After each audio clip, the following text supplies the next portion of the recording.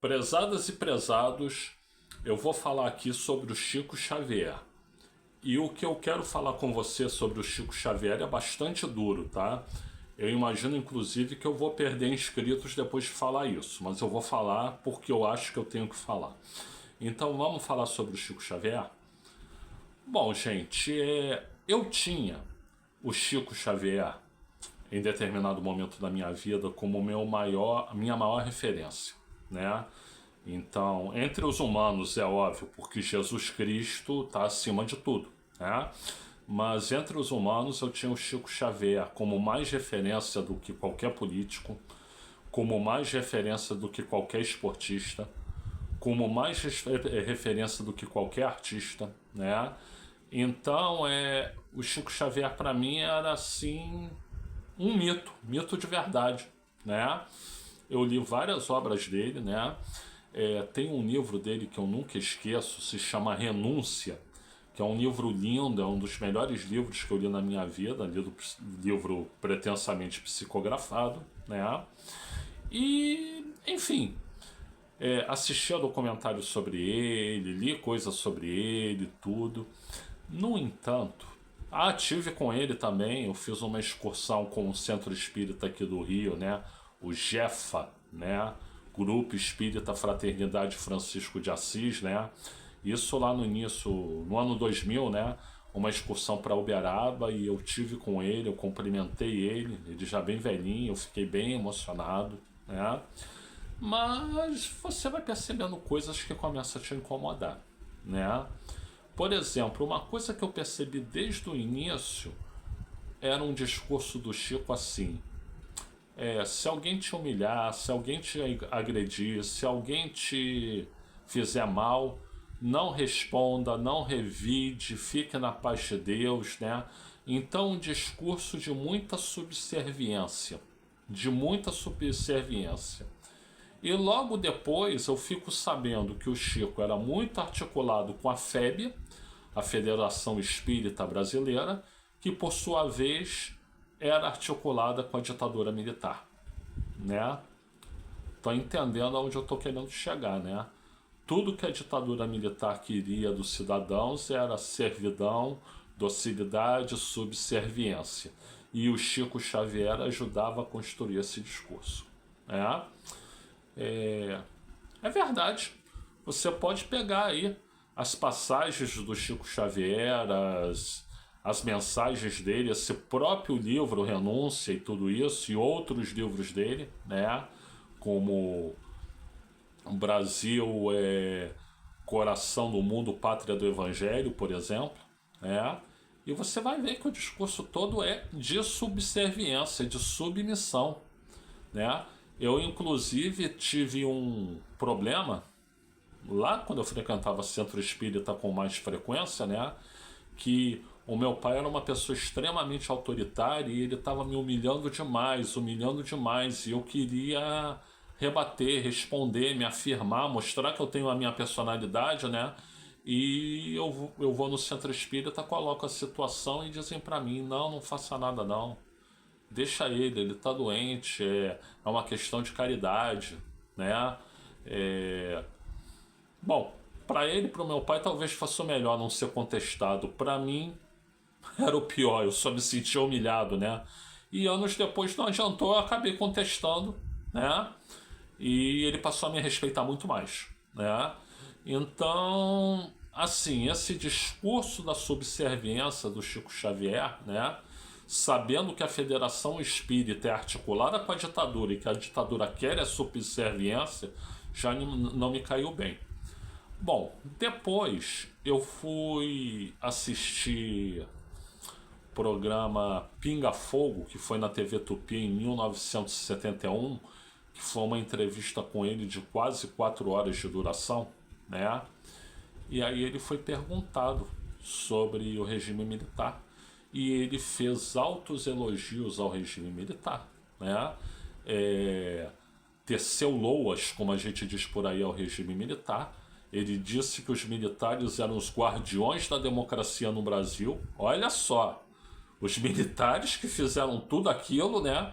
Vocês devem ter visto aí um aperitivo do que eles fizeram no filme Ainda Estou Aqui, né? Eles eram os guardiões da democracia. Foi isso que o Chico Xavier teve coragem de dizer. Olha, eu fiquei muito decepcionado, né? Mas tentei entender. Por quê? Porque eu achava que podiam ser duas coisas. Ele está fazendo isso para proteger o espiritismo, portanto os militares não agredirem os adeptos do espiritismo, né? E também pode estar fazendo isso porque ele teme que, como está tendo guerrilha e, portanto, tem os chamados, entre aspas, terroristas de esquerda, né? Que você substitua uma ditadura de esquerda, de direita, por uma ditadura de esquerda. E as ditaduras de esquerda costumam ser mais cruéis que as de direita, tá? Olha que eu sei o que eu tô falando, eu sou de esquerda, tá? Fidel Castro, Mao Tse Tung, Stalin, eu acho que eu não preciso prosseguir, né? Então, eu tentei entender, né? Só que se passam os anos, né? E eu na época não fiquei sabendo disso, mas fiquei sabendo mais recentemente, né? Vem a redemocratização do país, primeira eleição para presidente, né? Segundo turno, Fernando Collor de Mello, né? Um representante dessa turma, né? Como Leonel Brizola chamava, filhote da ditadura, né? E o Luiz Inácio Lula da Silva, que já vinha da ruptura da ditadura, que era um democrata e tudo isso, né? Ele recebeu 3 vezes o Fernando Collor de Mello, né? E disse que não ia receber o Lula de jeito nenhum, porque o Lula era um ser maligno, era um ser tenebroso, era um ser das trevas, né? O cara mais interessado em fazer justiça social no país era isso tudo? Era isso tudo? O Lula naquela época era muito radical, depois o Lula se moderou e, pro bem da nação, diga-se de passagem, quando ele virou presidente ele já era mais moderado, né? Mas na época o Lula era bem radical, mas ser radical quer dizer que quer mal pro povo? Que quer ferrar o povo? Que é portador de uma pretensa ditadura de esquerda? Ora, Chico Xavier, pelo amor de Deus, né?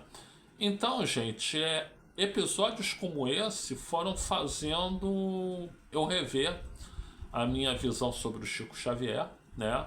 Hoje eu nem acredito que ele recebia Emmanuel coisa nenhuma, né? Eu acredito sim que ele seja um farsante, né? Até você tem aí na internet narrativas, né? Eu não vou entrar no mérito se são verdadeiras ou falsas, se de farsas que ele tenha promovido, né? E a decepção com o Chico Xavier foi muito grande, né? Embora eu admita que a minha decepção com Divaldo Pereira Franco é ainda maior, né? Porque Divaldo Pereira Franco, com aquele jeito dele de Odorico Paraguaçu, né? Ele vem fazer pregação aberta não pela direita, mas pela extrema direita, né? Então é um personagem que para mim, que eu também admirava muito, que eu também conheci mesmo que de longe, porque eu assisti uma palestra dele em Salvador, então eu vi ele de longe, né? Mas eu admirava muito o Divaldo Franco, mas depois ele mostrou que é um aliado do que existe de pior na política brasileira, né? Então, assim, quando dizem que religião e política não se misturam, eu discordo. Política se mistura com tudo, inclusive com religião. Agora, politicamente você tem que estar do lado certo e não do lado errado, né? E o Chico Xavier, para mim, está o tempo inteiro do lado errado, né? Então, esse papo de santificação não rola. Fez trabalho comunitário? Fez, tá? Não vou negar isso, né? Mas também, se por um lado ele faz trabalho comunitário e por outro ele apoia a ditadura, então tá dando com uma mão e tá tirando com a outra, né? E assim, é o que eu penso hoje. Eu não deixei de ser espírita, eu volto a ressaltar isso, já falei em outros vídeos, né? Mas para mim espiritismo é Allan Kardec e Leon Denis, né? Até no Bezerra de Menezes eu tô tendo dificuldade em confiar, porque depois que apareceram umas psicografias que eu acho que são fajutas do Bezerra de Menezes elogiando Jair Messias Bolsonaro, aí eu parei, como diria o meu grande ídolo, sim, o José Trajano, né? E assim, Chico bom mesmo, é Chico Buarque de Holanda. Gente, eu sou o Luiz Felipe Chateaubriand. Eu agradeço pela presença de vocês, a assistência de vocês, melhor dizendo. Muito obrigado a todas, muito obrigado a todos e sim, muito obrigado a todos, né? Eu agora que consegui monetizar, eu preciso mais ainda da ajuda de vocês. Então, se você puder, por gentileza, aí, dar o like, compartilhar esse vídeo, se inscrever no canal e dar uma leitura também na descrição do vídeo, eu agradeço muito.